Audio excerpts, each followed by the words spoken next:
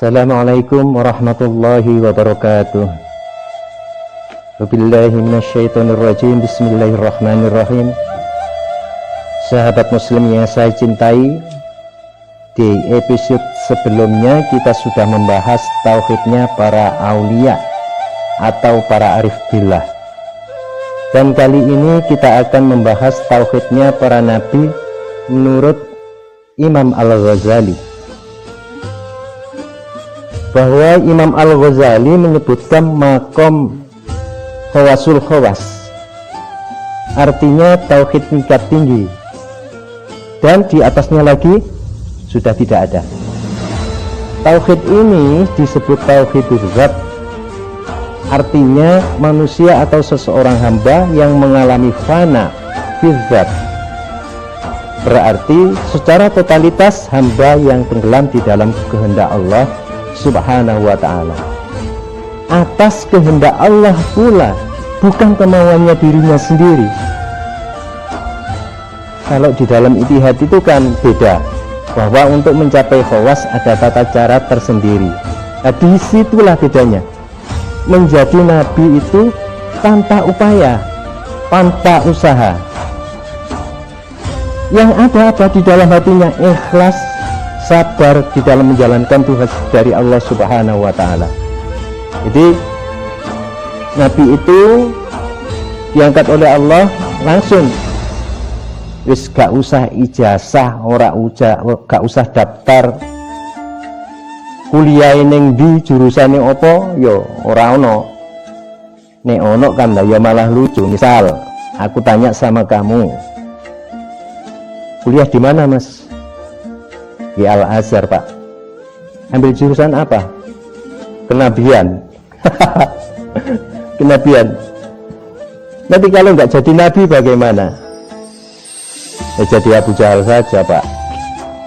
Kan lucu itu ya. Ini tingkat tauhid yang sulit untuk dibahas. Kita membahas atas dasar pengetahuan akal melalui pendapat para ulama sufi.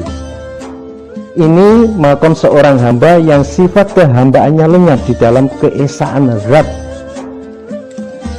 Kalau para wali lenyap di dalam keesaan sifat.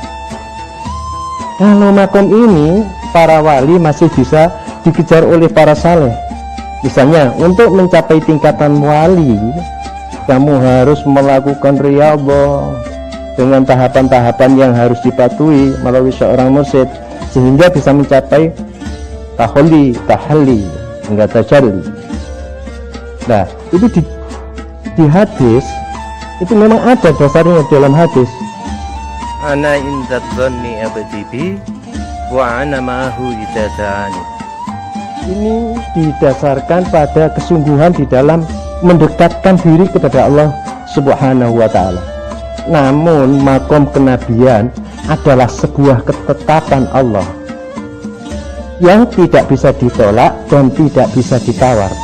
Tanpa belajar menjadi nabi, sudah diangkat sendiri oleh Allah Subhanahu wa ta'ala. Oke, paham ya? Yuk, kamu jangan punya harapan atau cita-cita misalnya kamu pengen jadi nabi kok malah gak jadi wong, malah usut dihukum, usut diadili, penjara, wis gak iso bayangno pokoknya nasibmu kaya apa. Nek gak ketepaan ya iso babak belur barang gak ngono, diadili masa artinya. Nah, jangan coba-coba ya. Ini makom ketetapan yang sudah ada di dalam program Allah. Segala perbuatannya sudah diremote kontrol dari Allah sana. Ya seperti dalam hadis itu, la ya'rifu ilallah, la yamkurallahu ilallah, la yarallahu ilallah. Yang tahu ini bukan aku, tapi Allah. Yang ingat ini bukan aku, melainkan Allah. Yang melihat bukan aku, semua ini bukan aku, melainkan Allah. Nah, ini makom khawasul khawas, makom kenabian. Tidak bisa ditempuh oleh siapapun, sekalipun tingkat kewaliannya sudah tinggi. Sedekat-dekatnya para wali dengan Allah tetap wali, tidak bisa menjadi nabi. Itu kalau kata Syekh Arsyad itu, jika ada wali yang merasa makomnya naik kenabian, jatuhlah saat itu juga. Ada sebuah riwayat dari Syekh Abu Yazid Al-Bustami bertanya kepada Allah, "Ya Allah, dalam pengembaraanku selama 30 tahun, aku mencarimu, kini aku telah menyatu denganmu. Maka aku bertanya kepadamu, hal apakah yang bisa menyelamatkan aku di dunia dan di akhirat nanti?" Maka Allah menjawab, "Kalau kau ingin selamat dunia dan akhirat, maka ikutilah si orang Arab yang bernama Muhammad." Lalu Abu Yazid Al-Bustami menyimpulkan bahwa setinggi-tingginya makom para wali, kalau ingin selamat dunia dan akhirat, harus tetap berpegangan pada syariat. Jelas ya? Jelas. Yang makrifat tingkat tinggi saja masih disuruh mentaati syariat. Oke, bisa dimengerti ya, bisa difahami. Bagi setiap para saleh yang menempuh jalan kesufian agar tidak keluar dari jalur yang benar. Jika ada yang mengerti tentang syariat lalu menempuh makrifat tanpa syariat, berarti mengabaikan tuntunan. Padahal perjuangan di jalan ini harus makin taat dan makin taat kepada Allah Subhanahu wa Ta'ala. Kembali ke tingkat kenabian, bahwa orang yang memahami sepenuhnya makom ini tidak ada lain kecuali Nabi sendiri. Di dalam Al-Quran itu dijelaskan, wala yantiqu anil hawa, bukan keinginannya sendiri kalau dia ngomong, in huwa illa wahyu yuha, kecuali petunjuk dari Tuhannya. Nah, masa lampau pun seperti pernah dijalani oleh para nabi itu.